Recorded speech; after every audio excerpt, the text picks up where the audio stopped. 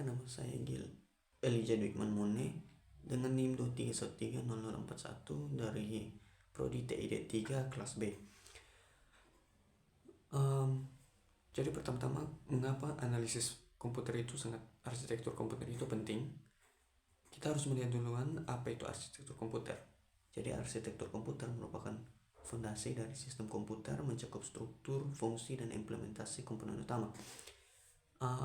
Mengapa itu penting? Jadi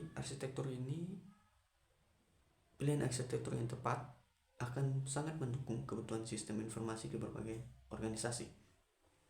Untuk itu, pertama-tama kita harus tahu prosesor apa yang tepat untuk organisasi kita atau untuk perusahaan kita. Jadi ada 3 jenis prosesor, ada CPU, GPU, dan ASIC. CPU atau Central Processing Unit itu dirancang untuk menangani berbagai tugas dengan fleksibilitas tinggi. Jadi cocok untuk organisasi umum yang membutuhkan fleksibilitas seperti sistem manajemen dan perusahaan. CPU ini juga seringkali lebih murah dibandingkan GPU dan ASIC. CPU biasanya digunakan untuk tugas-tugas ringan, tugas-tugas sedang. Kemudian ada GPU atau Graphics Processing Unit. GPU ini dioptimalkan untuk pemrosesan data paralel berskala besar. Jadi cocok untuk berbagai lembaga riset atau perusahaan teknologi yang berfokus pada analisis data besar. Mungkin seperti perusahaan-perusahaan yang berhubungan dengan grafis, film, animasi, dan game, itu bisa menggunakan GPU untuk memproses data secara lebih cepat.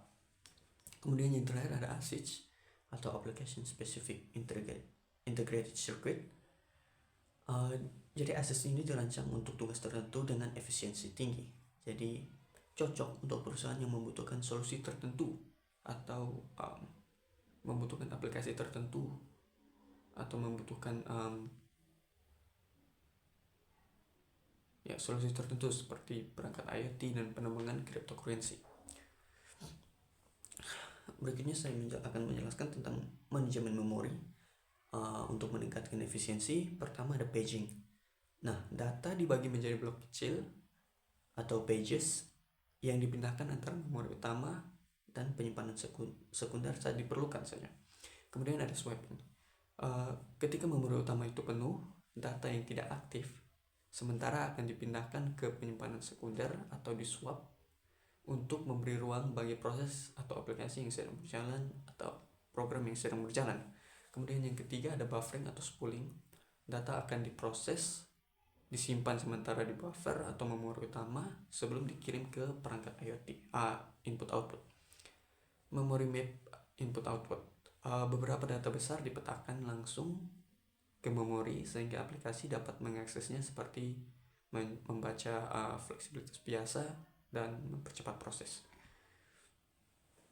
Selanjutnya ada strategi caching untuk mempercepat akses data. Pertama ada LRU atau Least Recently Used, menyimpan data yang sering digunakan dalam cache. Data yang jarang digunakan akan dikeluarkan jika cache itu penuh. Cache bukan cache. Kemudian ada write through dan write back. Write through itu semua perubahan data di cache langsung diperoleh ke memori utama. Kemudian yang kedua ada write back. Perubahan disimpan hanya di cache dan ditulis ke memori utama secara periodik, meningkatkan kecepatan akses. Kemudian ada prefetching. Sistem membuat data ke cache sebelum diperlukan berdasarkan pola akses sebelumnya. Yang terakhir ada hierarchical caching, menggunakan beberapa level cache L1, L2, L3 dengan kecepatan dan kapasitas yang berbeda. Nah,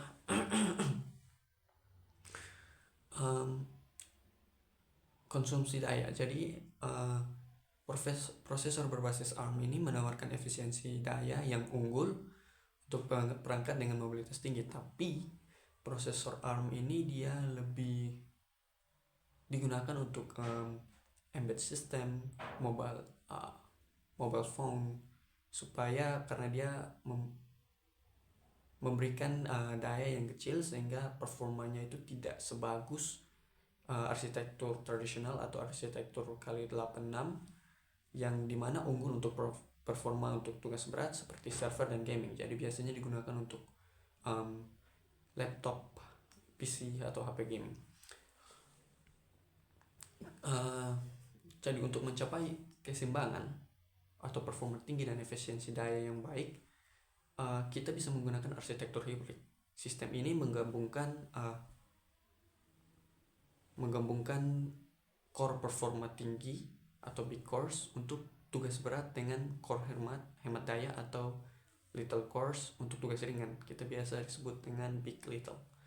Oke, yang kedua itu dynamic voltage dan frequency scaling atau DVFS yang memungkinkan sistem menyesuaikan voltase dengan frekuensi prosesor secara dinamis sesuai dengan beban kerja.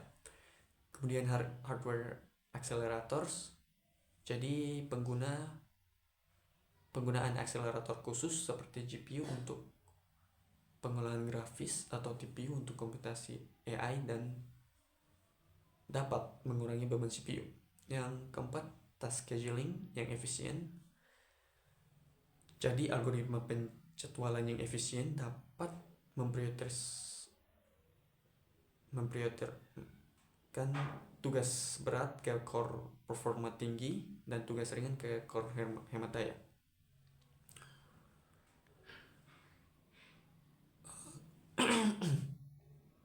Kemudian rekomendasi desain sistem optimasi lebih lanjut. Optimasi pada level software, aplikasi dapat memanfaatkan low power stage pada prosesor atau menggunakan strategi sleep mode untuk mengurangi aktivitas saat tidak digunakan. Kemudian ada pendinginan efisien. Sistem pendinginan yang baik membantu menjaga suhu perangkat tanpa memerlukan daya tambahan. Kemudian penyimpanan SSD, menggunakan penyimpanan berbasis SSD daripada HDD dapat mengurangi konsumsi daya dan mempercepat akses data. Nah, jadi kesimpulannya, kita harus tahu bagaimana cara memilih prosesor yang baik agar manajemen memori dan I/O atau input output yang baik dan efisiensi daya yang baik agar kita bisa mendapatkan arsitektur yang optimal. Jadi dengan memahami dan mengaplikasikan konsep-konsep ini, sistem komputer dapat dirancang untuk memenuhi kebutuhan performa, efisiensi daya, dan pengolahan data secara optimal. Untuk sarannya, agar meningkatkan efisiensi dan performa, pertama-tama harus memilih prosesor berdasarkan kebutuhan yang spesifik. Jadi kita perlu tahu apa kebutuhan kita sehingga kita bisa memilih prosesor agar bisa bekerja dengan baik. Kemudian untuk pengembangan sistem, implementasikan strategi manajemen memori seperti paging dan caching. Kemudian gunakan